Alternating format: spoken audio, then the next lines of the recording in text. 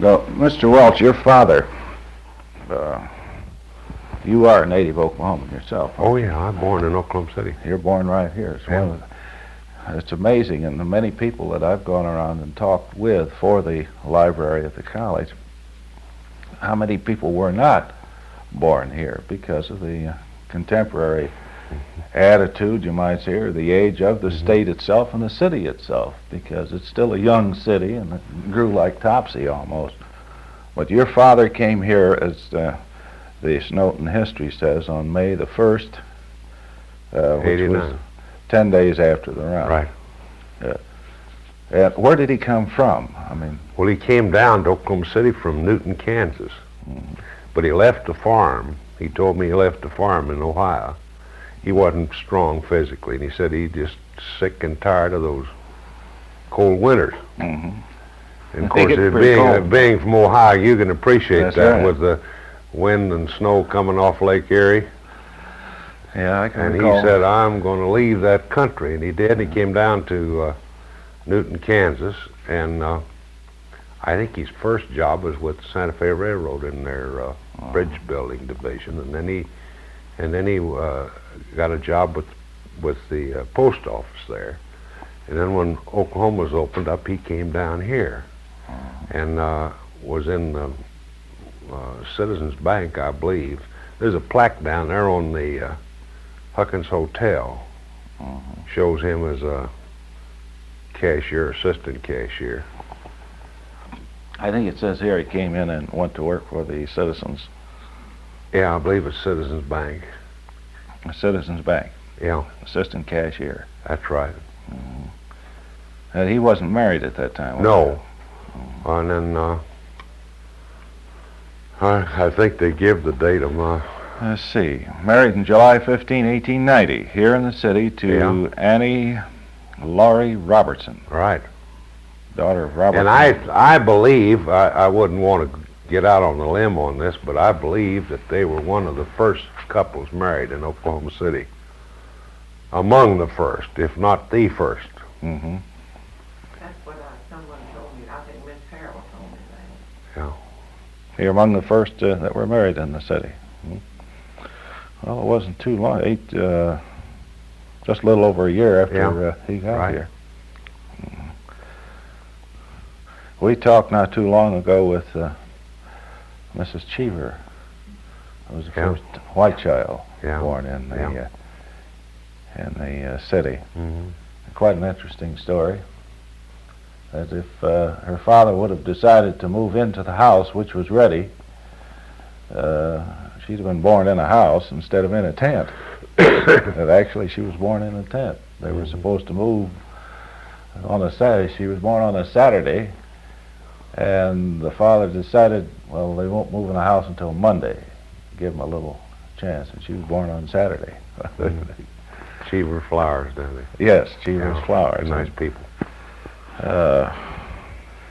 Your father was rather active around the city, wasn't he? Yes, he was. That's the first abstract.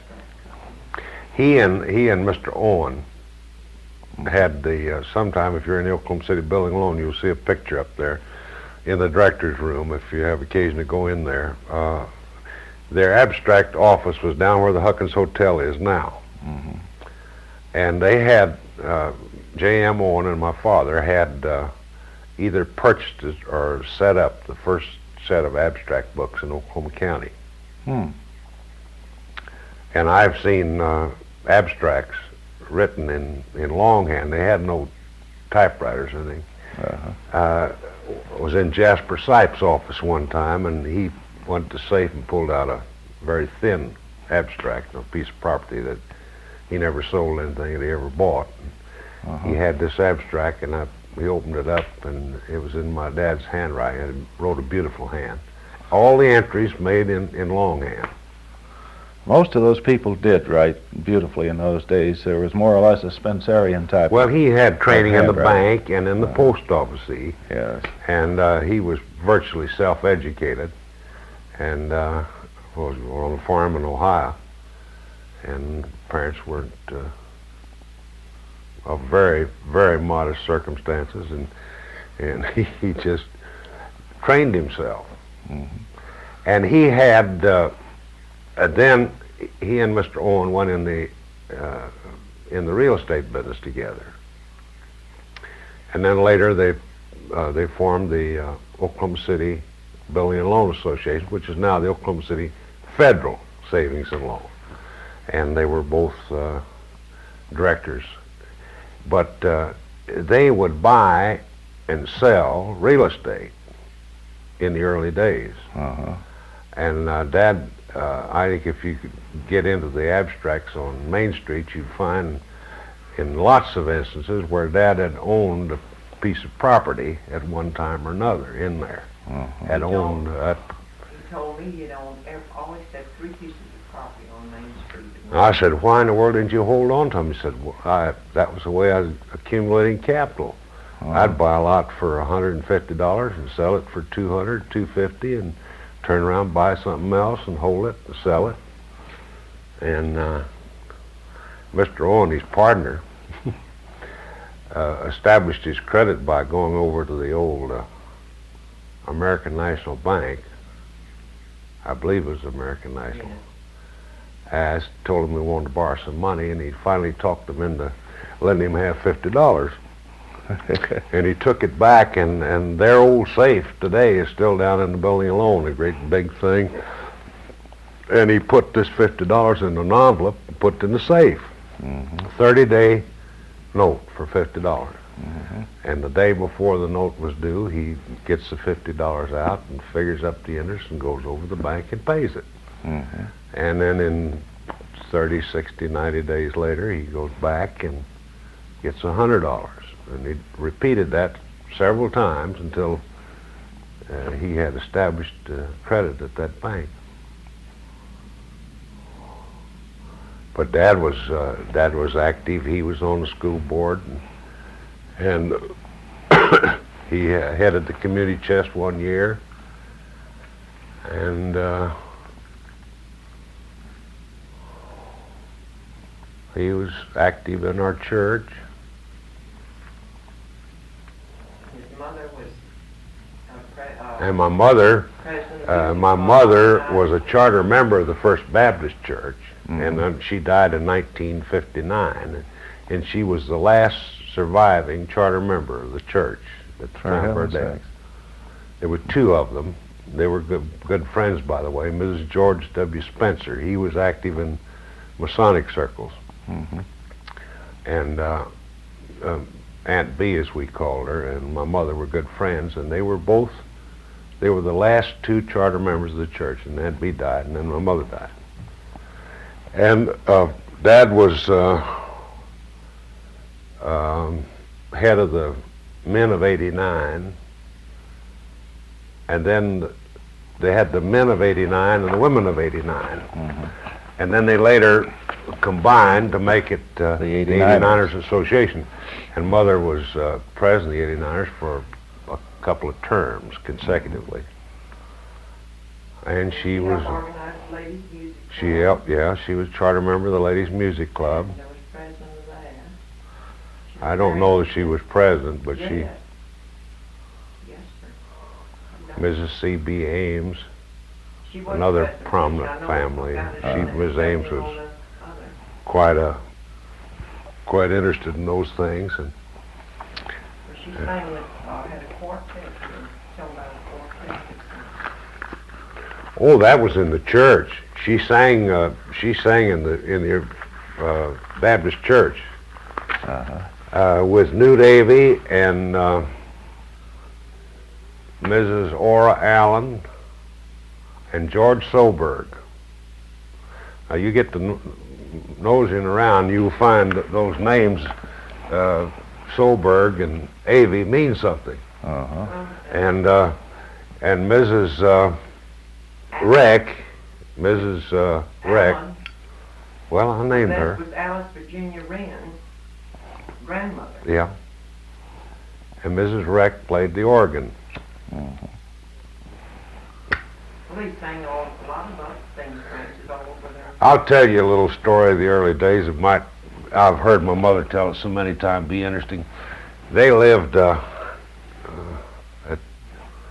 in fact, I was born on 3rd Street. It's about, 3 or 4 doors from the alley there, west of the telephone company. Uh-huh. Little bit of frame house up there, and but at that time, I believe they lived where the Carnegie Library is. There was an aunt, in fact, 2 aunts, and this Dr. Holloman and my mother. That's before the dad and mother were married. And of course, mother was a Kentuckian. She's from Madisonville in Hopkins County, Kentucky, and it was customary back there on Christmas Day to serve eggnog. Well, they didn't have any whiskey, and they didn't have any of the ingredients to make eggnog, and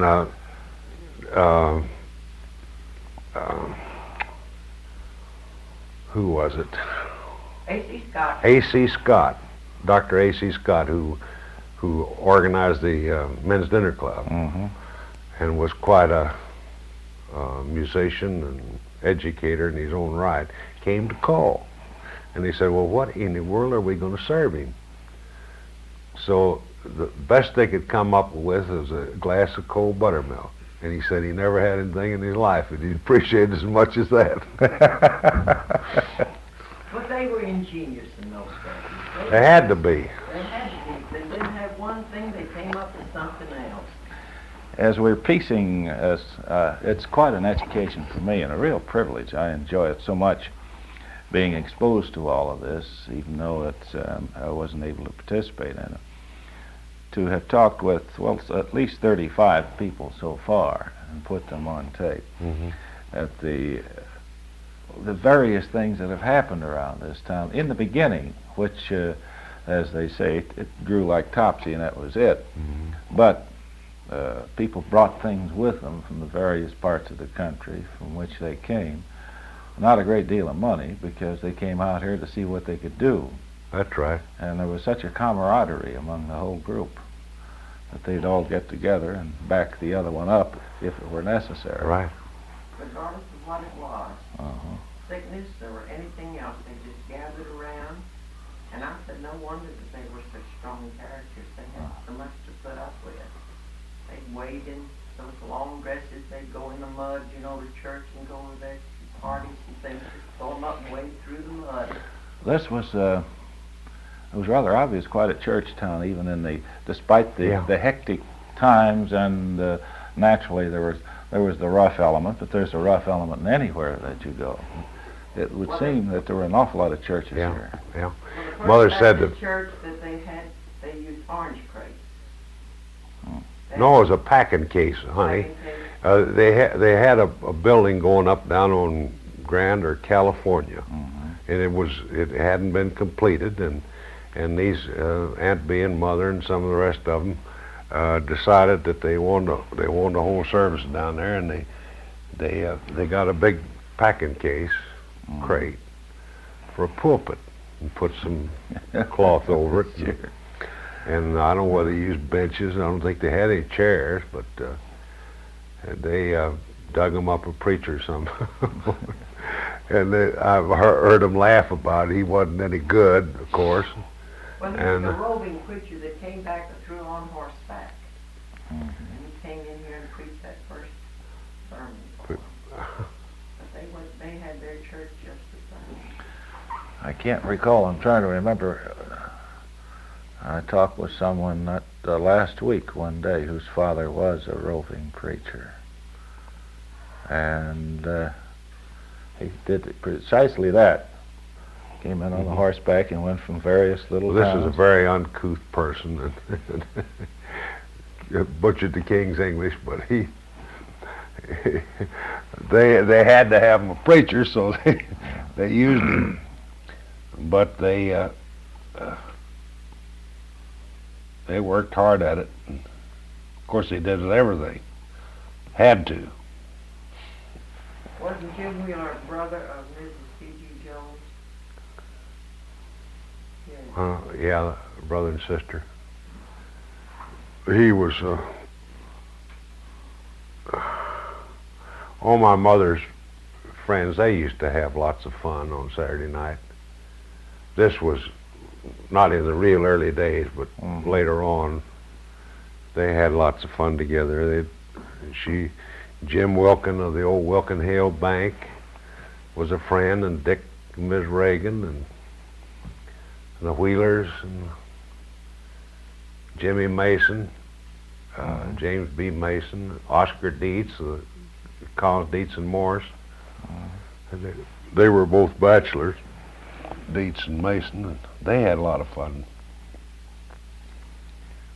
Mother told me one time, you might be interested in this. This doesn't relate particularly to Oklahoma City, but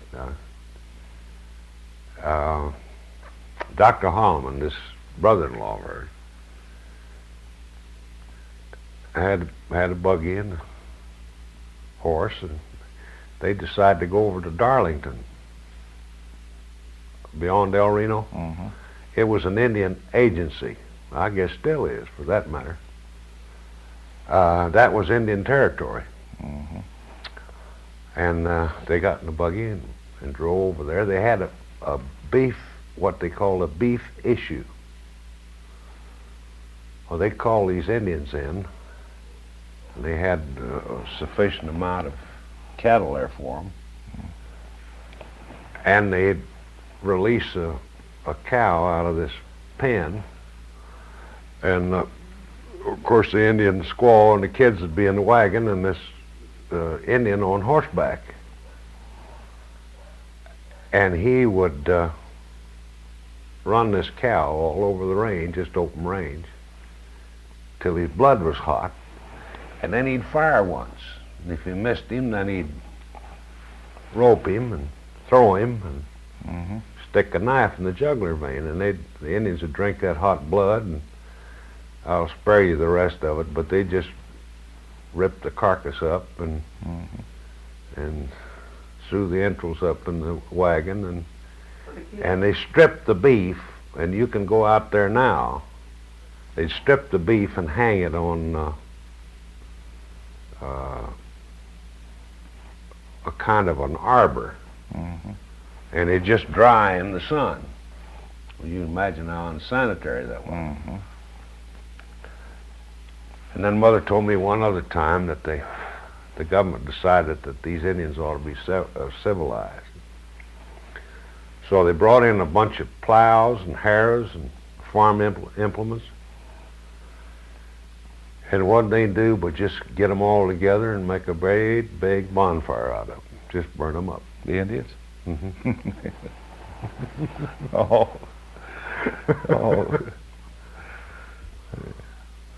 It must have been exciting. I think it's an understatement, excitement, because they were hard to determine. It was hard to determine what they were going to do in most cases, some of those Indians. And they were over, this time they were over Darlington. My mother had, when she was young, had coal black hair. And she was a very nice looking woman. And so they were standing there, and some buck Indian came up to Dr. Holloman and pointed to my mother, and my mother was far enough away she couldn't hear the conversation, and he talked to Dr. Holloman for a while, and Mother said, after he left, Mother said, "Doctor, what do you want?" He said, he wanted to buy you. Want to know how much I wanted for you? She said, "Let's get out here." And I wanted to get in the wagon or in the buggy and come back to Oklahoma City real fast. Another thing she told me that the Indians said, you know how the South Canadian bends around Oklahoma City? The Indians said that we'd never have any tornadoes in the main part of Oklahoma City. And so far as I know, there has never been a serious storm in the central part of Oklahoma City. Over the river right at that point. That is odd, isn't And it? you know, we've had them. We had one out here. West City, we've had them hit out. Yukon. Over Yukon and all. But there's never been one that hit me. They're right across in the Well, apparently they had some powers of premonition or some powers of seeing. Yeah. Because they certainly existed. Well, they lived close to nature, and they had to know nature to exist. Mm-hmm. They had to know. Well, for example, you heard the saying that animals' fur or pelts are thick, and we're going to have a hard winter. Hard winter. Well, that undoubtedly had an Indian derivation. Mm. But Old Wheeler Park used to be the place where they all went. I've heard them talk about it, and I said, Mr. Henson can tell you an awful lot about that part of it. Wheeler Park? Wheeler Park. Right, that was the place where everybody went for picnics, and it was the show place for the town. I can remember my father taking me out to Old Delmar Garden. It was on Exchange Avenue. Exchange, yes. They had the ballpark out there. Before you got to the river, and Delmar Garden was across the. Of course, we had trolley cars out there. We'd get the trolley car and go out to the ball game, and then we'd go over to Delmar Garden, and Dad'd get a bottle of beer and buy me a soda pop, and then we'd get on a streetcar and come home. I've talked with quite a number of people. They said that was really a great place. Yeah. Had a great deal of entertainment out Yeah, there. It was yeah. a good family place to go. And Morris Lowenstein was one of the first men to help promote that out there. Yeah. He was the publicist. Have you talked to him? Talked to him. He's a very interesting person. Isn't he, though? Yes, And he is. also John Sinoplo, Yeah. who was also Yeah. somewhat involved in the thing. And then there was the Elks Club. Did anybody think about the Elks? Everybody tell you about the Elks Club? What about the Elks Club? I never will. You help yourself. I never will forget. I was a boy, and the Elks Club was a social center, you know, and it was down about where, well, it's down east of the Huckins Hotel, between there and the tracks, upstairs. Mm-hmm. I believe around where Patterson Hoffman is at the moment, or was since up until. We used to go up to. They'd have their their parties up there, and they'd lay us up on the billiard table. As children, you know, let us sleep up there. And they had an old nigger by the name of Ludy that was bartender. And and Ludy, the men would get up there, you know, Jim Wheeler liked his whiskey, he liked to play poker. They get up there in the afternoon and do a little drinking and play poker. And the phone would ring, and Ludy'd answer the phone and say, put his hand over and said, Mr. Jim, is you here? Miss Wheeler wanted to know if Jim was there. He'd say, no, Ludy, no, no, no. And I saw that in there about 8, 9 years ago. He was working for the OG&E. And I always stopped and talked to him, and he'd always hit you up for enough money to buy a couple of cigars.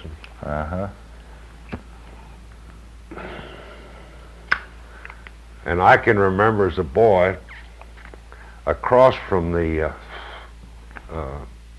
Huckins Hotel, the better women in town wouldn't walk on that block because there were 3 or 4 saloons in there. There was a Buckhorn and 2 Johns, and he just wouldn't walk down that.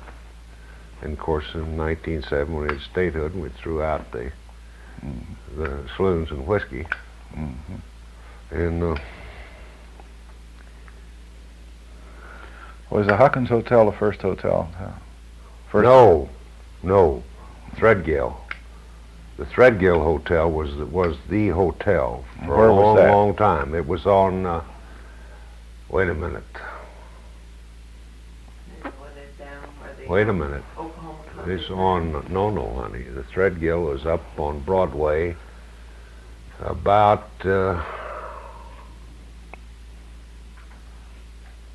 second, I believe. I believe it was second and Broadway on the northeast corner. They had just torn that down in the last 4 or 5 years. Mm-hmm. It was the hotel, and then the Huckins was later, and it burnt down when this was completely gutted, rebuilt. I know I was up on Broadway at Nickelodeon when the first movies came in, and these Sparks came over, and we went out, and of course here was this hotel just gutted, completely gutted. But they rebuilt it, and Joe Huckins, it would have been, and that was for a long time, the leading hotel in town. Of course, the Skirvin and all the rest of these hotels came in later. But old Joe Huckins was a good hotel operator. But he had apparently so, because he had some relatives that talked him into building the St. Francis in San Francisco. Mm-hmm. And they got so involved in debt that he lost this hotel here. Well, he sure built a hotel in that St. Francis. Yeah, I believe it was St. Francis. It No? is the same thing. I've stayed there frequently, and that's a Yeah, marvelous he had, hotel. but he was a good old by himself. They let him alone, but and of course Margaret Huckins. This is off the record, but I must say that. It's going to be now, since it has been changed hands again, they say they're going to really refurbish it and bring it back to what it should be. Oh, it was. I've had a lot of fun in They it. used to have all the Christmas dances they had up the Huckins, and their ballroom up there. And that was, of course, the only really place in town we had for a ball, to have really balls. And they had formal dances up there. 12, 13, 14, we'd have a lot of high school dances up there. And during the Christmas week, it would just be one right after another. Well, Francis, that's what it was after we were married, 22. It was still big place. You know, now they just torn down the old Warner Brothers Theater down on that was Sheridan, the old Overholser. which was the old That was the location of the old Overholser Theater. And we used to, of course, I've told my son, daughter-in-law, and there'll never come a time again when they'll have the opportunity that I had to see such fine talent on the stage, like Joe Jefferson and Lou Dockstader and Honey Boy Evans and Tim Murphy and Mitzi Hales and Lillian Russell and Anna Held and Al Jolson. All that we used to get, but of course they can't do it anymore. They can't afford to put them on the road. No, there aren't as many of them actually anymore as there were in those days, because it had to be the live talent and the live show. You can imagine the thrill that a boy would get out of seeing that chariot race on stage. Old Ben-Hur. Did you ever see that? No. Oh, that was something. And first high school was Central one. Yeah. That was the first one. In fact, it was only high school then. Yeah. What grade school did you go to? Did I? Went to Emerson, which is over on between 5th and 6th on Walker. And then they made McKinley, which is now a parking lot for the First Baptist Church. It was on the alley, between the alley and 11th Street on Harvey. And then that's since been torn down. two grades. But the old school, one of the old grade schools was on the east side, over there on 4th, on Central. What's the name of that? School board had their headquarters over there for a long time. That was one of the early ones.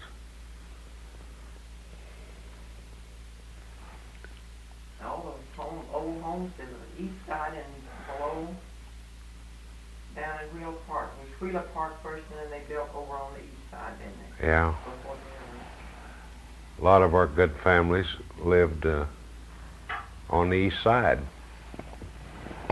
And then they, as they developed, they lived down in over the area from 12th, 11th, 12th on up to 15th or 16th between Robinson and Walker.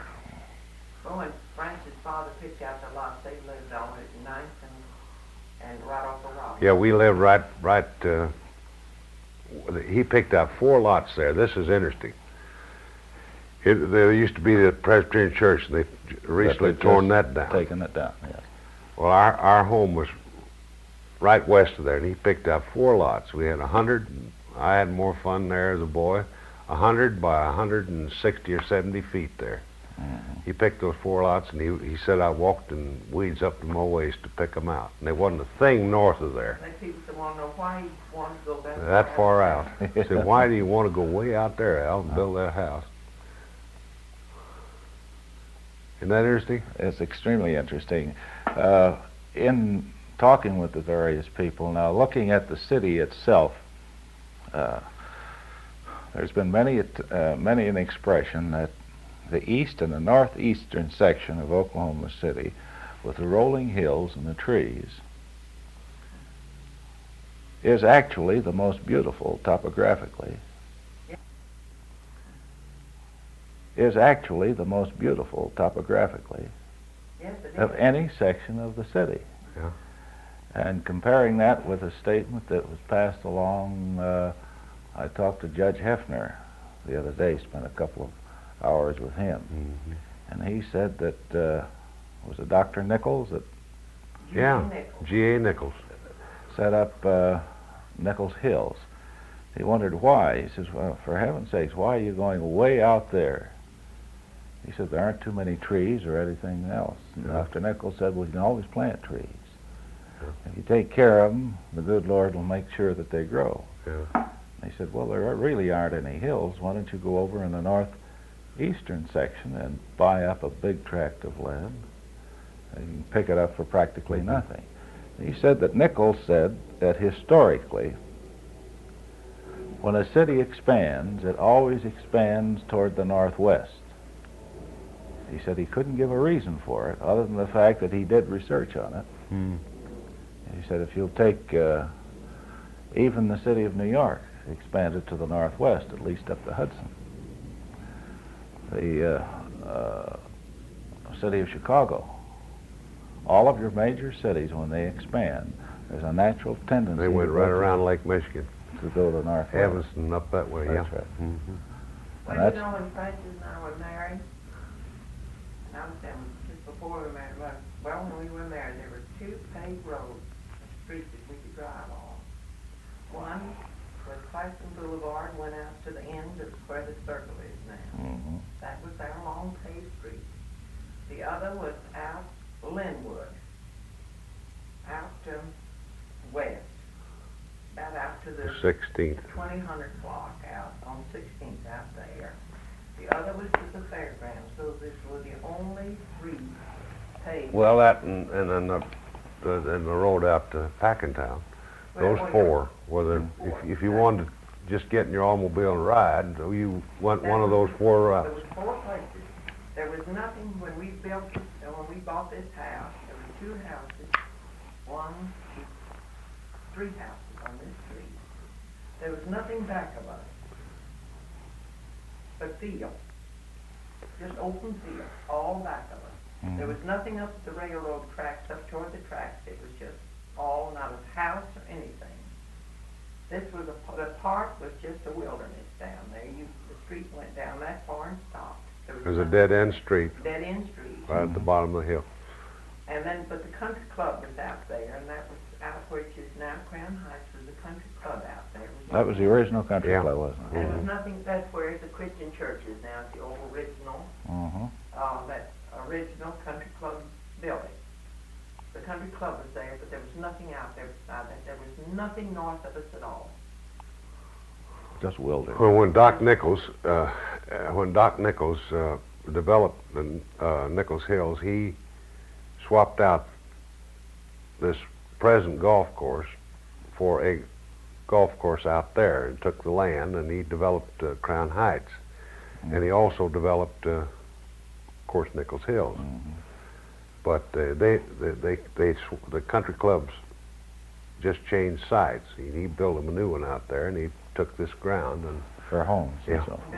Built Crown Heights there. I don't know what was involved in the deal, but But it's been very interesting to watch, just the time that we've been here. And I said that if some of the old timers could come back and see this city, like Francis' father, for instance. Of course, Mother Welch's death was much later, and she saw quite a lot of it, but she still wouldn't believe all the things that these highways coming in and everything. No. And they'll going down to Norman while we still go down on interurban or drive on dirt roads down there. Well, that was an all-day trip to Norman, wasn't it?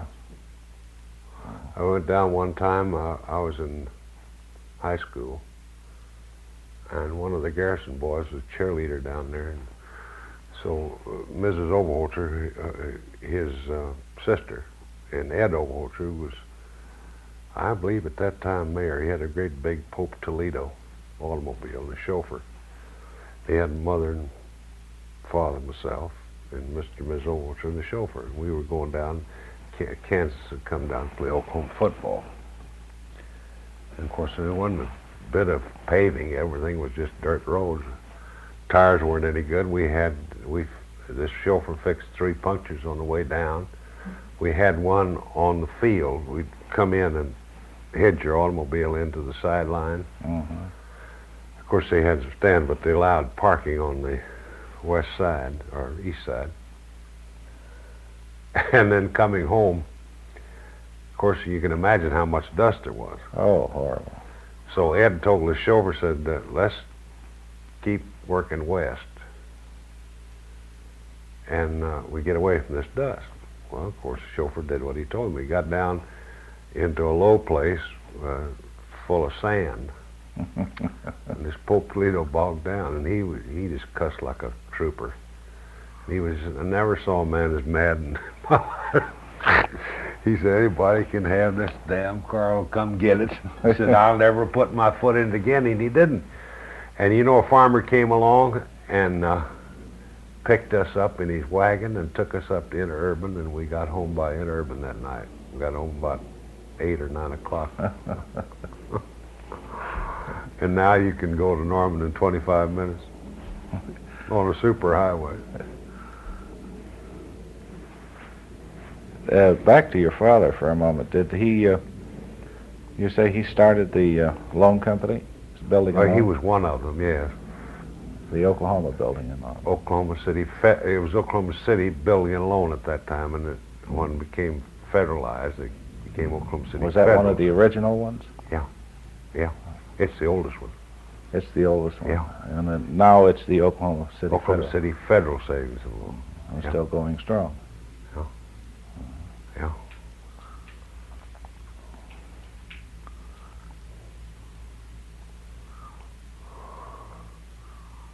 Mrs. Welch, was your family from here?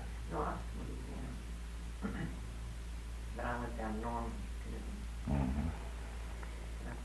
We were married in 22, and I've been maybe since 22. You've been here since you were adopted. Well, I've seen a lot of development in this town. Even since 1922. And then I had the pleasure of knowing all these older people, the ones that really settled here, all these old timers. I So talked. they saw 89er banquets and open houses on New Year's Day, they always had an 89 open house, and we used to always go to that. But there were some very interesting people. I think the most interesting evening I ever spent was when Mrs. D.G. Jones had us over for dinner one night, and we sat out on her patio, and she and Mother Welsh got to tell about all the little funny things, how the Indian scares, you know, they'd have what they call chevrees. When people got married, you know, they'd have all this noise. One night they all got scared to death and hid under the house of all the places to hide. Thought the Indians were coming. They found out afterwards that noise was not the Indians, but they lived in fear all the time that the Indians would come. We talked with Mr. Coronet the other day. I ought to quickly identify him. He's Ty Akers' father-in-law. He's present Ward 4 councilman. Yeah. And he was here he's 97, I think it is. Huh. He was here prior to the run and so forth. And had one of the first packing houses out in Packingtown. That's amazing, although he's not in too good a health. It's amazing some of the things that he can recall. Well, Judge Hefner, for instance. Well, don't you know? He's not a youngster, but he's just as bright and sharp as. Let me tell you as something. anything. You'll find as you get older. Now, we noticed it so much in my mother's case. She would have been 93 had she lived a few months longer. But in over the last 8-10 years of her life, she could remember things that 30, 40, 50 years ago vividly. And yet she'd forget things that had happened in the past week. That's typical of old age.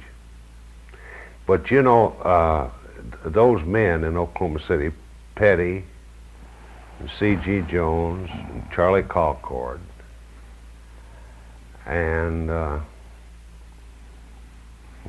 Chamber of Commerce records that show who they were. But if they wanted anything in Oklahoma City, H. Classen, Anton Klassen, J.M. Owen, my dad, Petty, Colcord, men of that type, if they wanted anything, they'd put up their own money to get it here. They got those packing plants here just because they believed in Oklahoma City and its future, and they were willing to put up their money. I'm quite sure they bought the ground for those plants.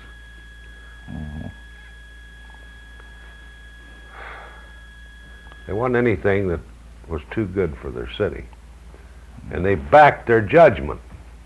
They had roughed it out and made it, and they were willing to put up their money for their town. And you don't. Of course, I'm undoubtedly we have some fine civic leaders today, but I mean they don't put up their money like they did in those days. They didn't take the chances because, well, after all, we're living a little different life, and that's right. They lived back in those days, and those men not only had belief, but they knew what they had done, even right. to a limited degree. That's right. And apparently felt that if they could do any more, it'd help everybody else in the city. I never will forget one time, Mr. Owen and my father were in business, in the real estate business, and the Frisco officials had come down here. And of course it was quite an occasion. Mr. Owen went to the banquet, and they had all the top dogs of Oklahoma City. And so the next day, he was talking to my dad, and he said, "Al, I got some dope last night. We ought to take advantage of it." I said, "What's that?" He said, "I heard that the Frisco, my information is the Frisco is going to extend their lines west and make Artesia, New Mexico, a division point. We ought to hop out there and buy some land," which they did. They bought a a 40-acre tract right north of the town of Artesia, and 3, 4, 5 lots on the outskirts of the city proper. Well, they all quit. The officials went back to St. Louis, had a board of directors meeting. They kicked out this particular president, put in another one, and they vetoed this extension. In the meantime, Dad and Mr. had bought this land, and we held it all those years until a few years before Mr. Owen, long after my father died. And Mr. Owen said, "Well, we got a chance to sell this farm. We better sell it." Those men were willing to take chances. Well, they took chances on Oh, yeah. everything that came along. My father was a very moderate man in his habits. He smoked, would take a toddy occasionally, but he would he'd put his money in anything that looked like it had a chance to pay off.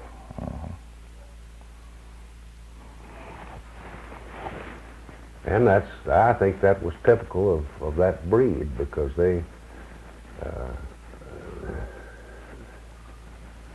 town and the development here had been good to them, and they were willing to go on farther with it. Well, they came out here to take a chance. That's right. They never would have come out here. They wouldn't have come here in the first place.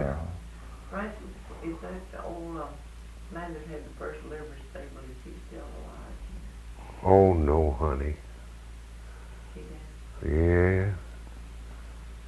He could tell us. Who was he? His You name recall was- his name? His name was an Irish name. I heard you mention it. Isn't that funny? Burke. Burke. Burke. My father had a fine-looking horse and buggy, and we'd pile in that buggy on Sunday afternoons and go for a ride.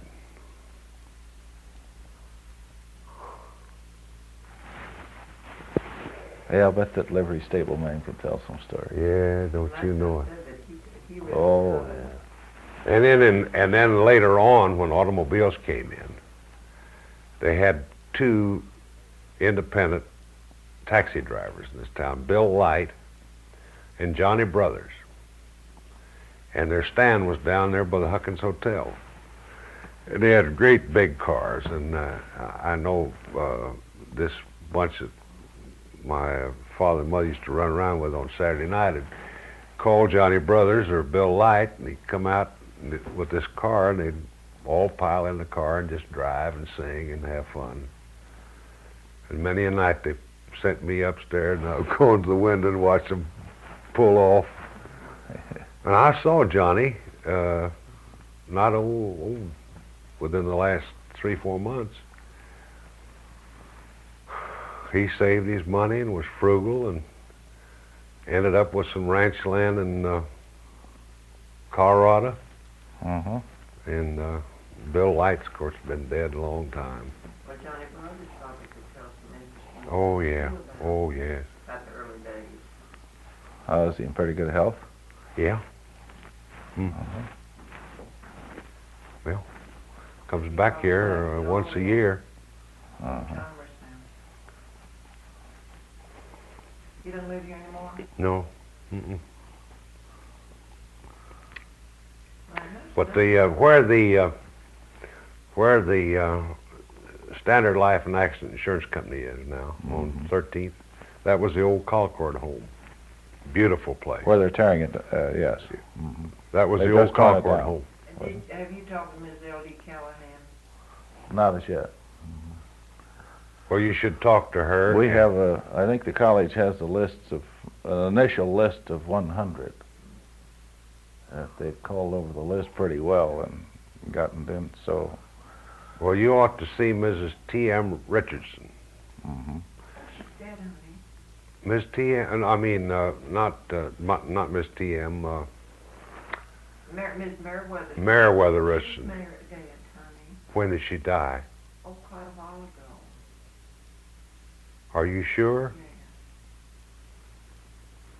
Well, y'all see Mrs. J.M. Owen? Or Ruby Woodward. Ruby Woodard. George Woodward. And you ought to go see the Brooks family, Irene Brooks. She was Irene Turner. M.L. Turner was one of the early bankers in this town. I got. She's a I very don't know whether they're on the gracious, list or lovely not, person. but I'll put her down and make sure. Mrs. William A. Brooks. Her house used to be where the Baptist bookstore is now, isn't it? Isn't Yeah, where the Brooks that was are? the old Turner home. Old Turner home. And who has the home? Mrs. William A. Brooks. Mrs. William A. Brooks. And you tell her when you call her, or have Dr. Baird call her, that I suggested her and ask her to please see you. She will. Oh, what she will. She's a lovely, gracious Her person. health is tremendous still. She won't. I don't know whether Amy would be. She'd be capable of it now. But that's about the only. And Miss George Woodward is She's a daughter. T.M. Richardson. Yeah, she's a Richardson. And where was the Richardson home? Mrs. George Woodward. The Richardson home was down where that the old Masonic temple was that they lost and the insurance company took over. They had those big. Some of the rest of these homes. Their homes are in this picture in here. And that's Oh, that's that is invaluable. That Oh, that is magnificent. That, because that gives you really gives you some pictures of early Oklahoma. and I'll try to give. Oh, and that. I was trying to think of some of the other.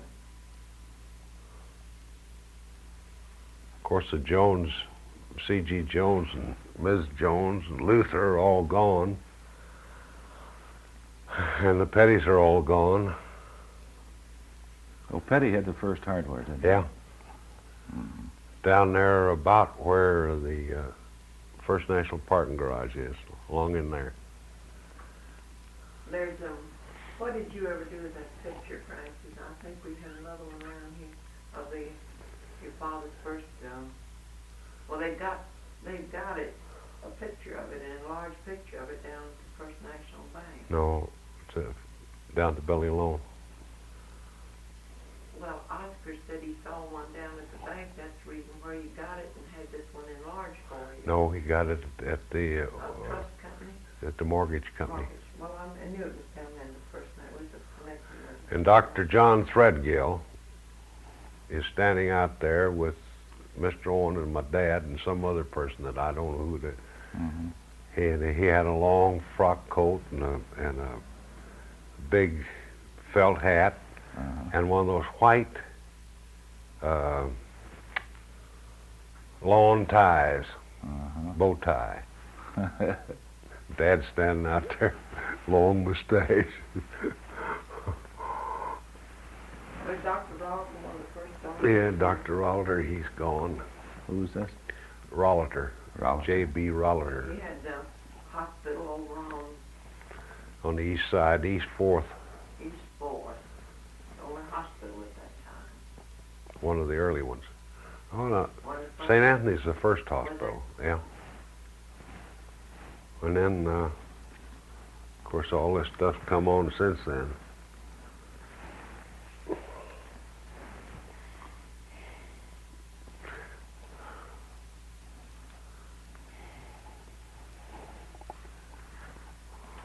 There's their houses on that they built on nice before they remodeled it. That's why he went out. He said when the tree was nothing out there. Oh, for heaven's sake.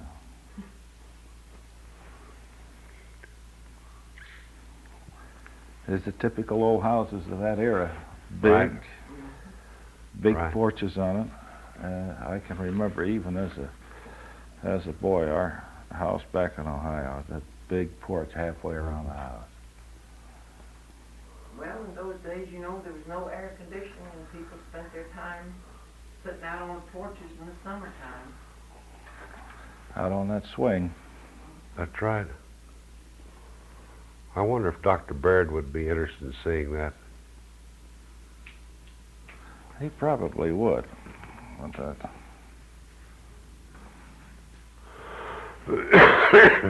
Bank of Commerce. Now, that was an old bank here. Yeah. What was the first bank? Do you recall? Or do you recall hearing about it, rather? There were two banks here.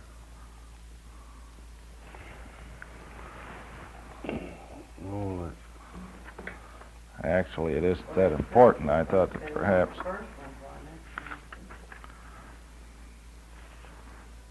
Now, that was in 1900. well, that was the Citizens Bank.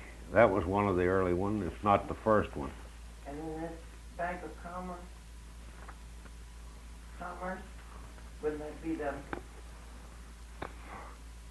But see, that was published right after 1889, 1900. Mm-hmm.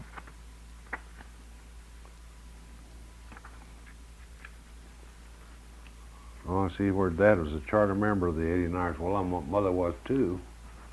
They were both charter members.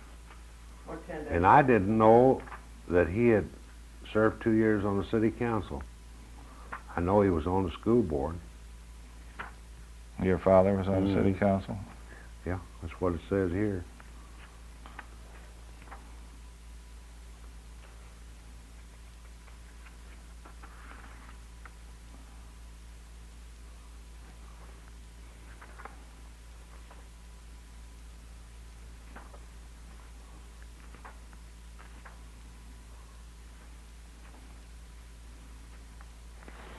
Hotel Lee. Huh? Hotel Lee. Yeah, oh, Lee. That was the Lee Huckins. It was Lee. It was originally called the Lee, and then it was Lee Huckins, and then Huckins, in that order.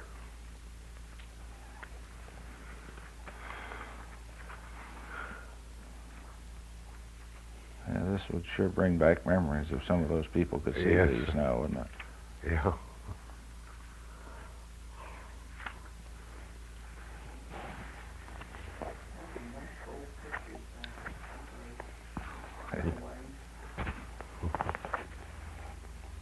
Good Luck Millinery Store, Mrs. Emma Williams, proprietor. Yeah.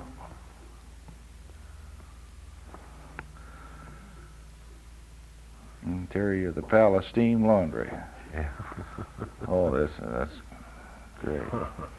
St. Joseph's Hospital. Yeah, that was Library. the way it looked when it was first built. You wouldn't recognize that today. Mm. M.L. Turner, banker. Yeah. Now this Ms. William A. Brooks is his daughter. Mm-hmm. When I said you ought to see, by all means, and you ought to get a hold of some of the Richardson family. This territorial fair, first name was 1892.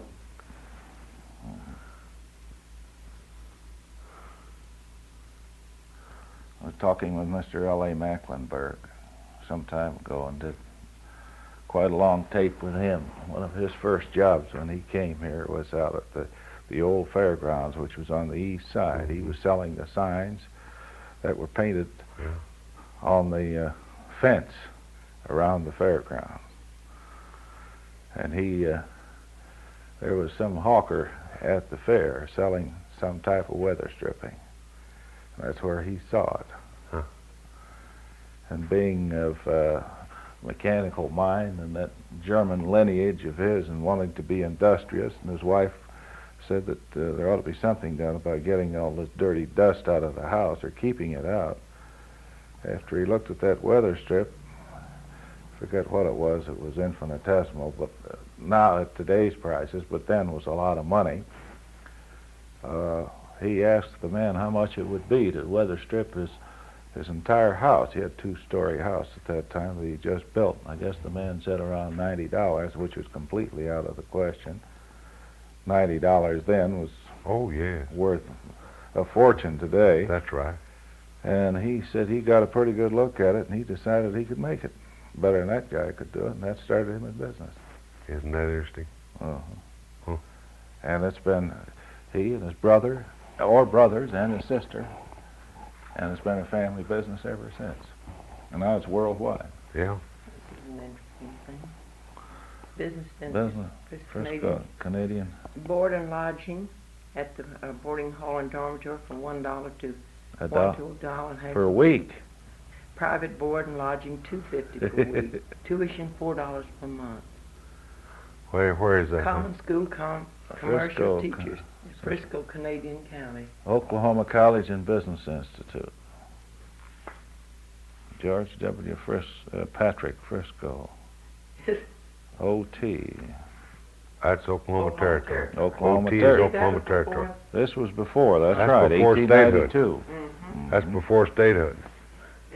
That's You see, we were in Oklahoma Territory. This is Oklahoma Territory, Right. and El Reno was in west of here was Indian Territory. Mm-hmm.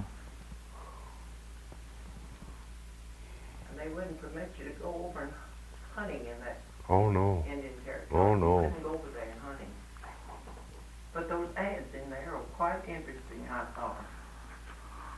Oh, gosh. I didn't know they had a T.M. Richardson Lumber Company. Yeah, is that that's the family.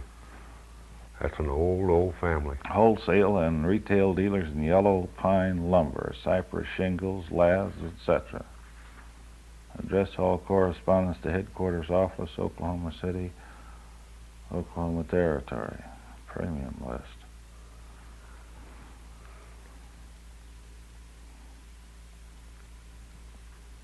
This James Geary, president.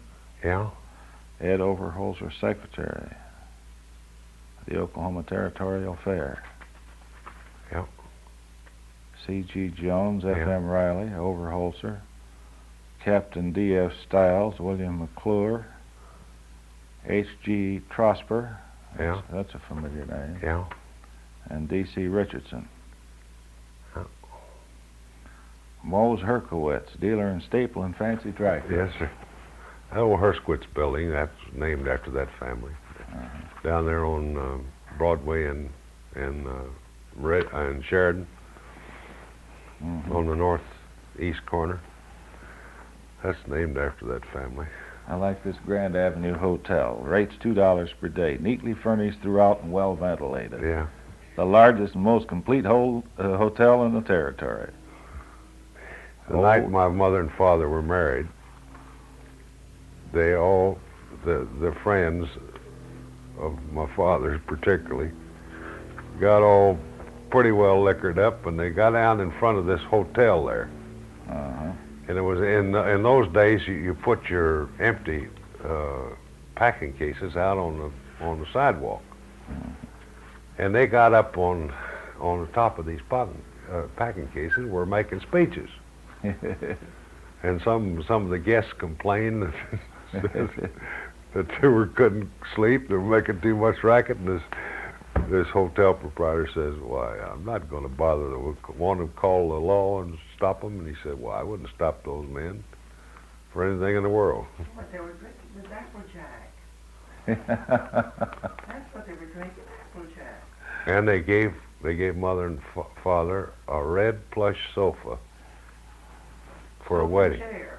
Oh, was it Yeah, chair? remember they used to come in sets? Oh, great. Red plush sofa and chair.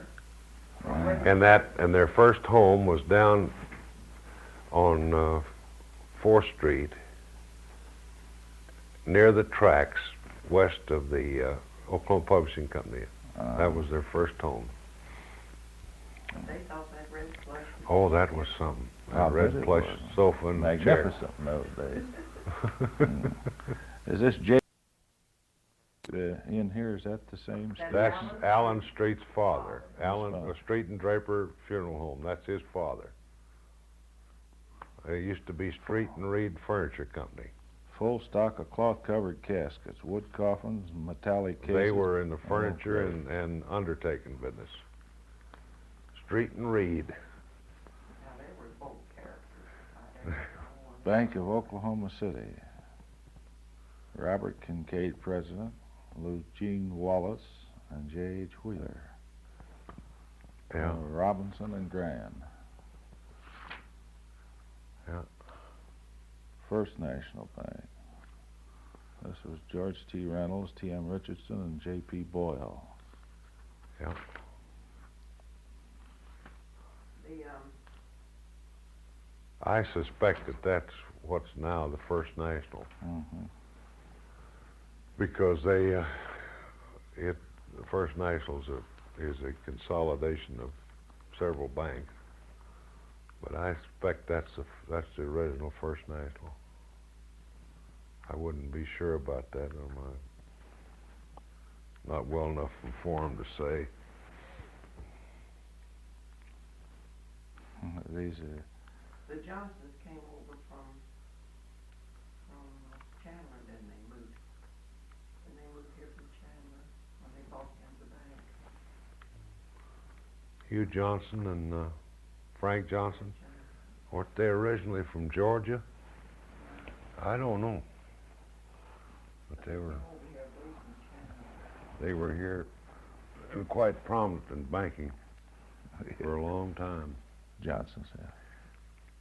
Hugh Johnson had the First National and Frank Johnson had the American National. And then the American later was taken into the First The National. American, the First National today is comprised of the First National, American National, and the old Security National. Mm-hmm. Which, when did the William Nees come in, Francis? Oh, I don't know. They weren't pioneers in this sense of the word. Mm-hmm. Oh, these are wonderful pieces. This is a great old ad.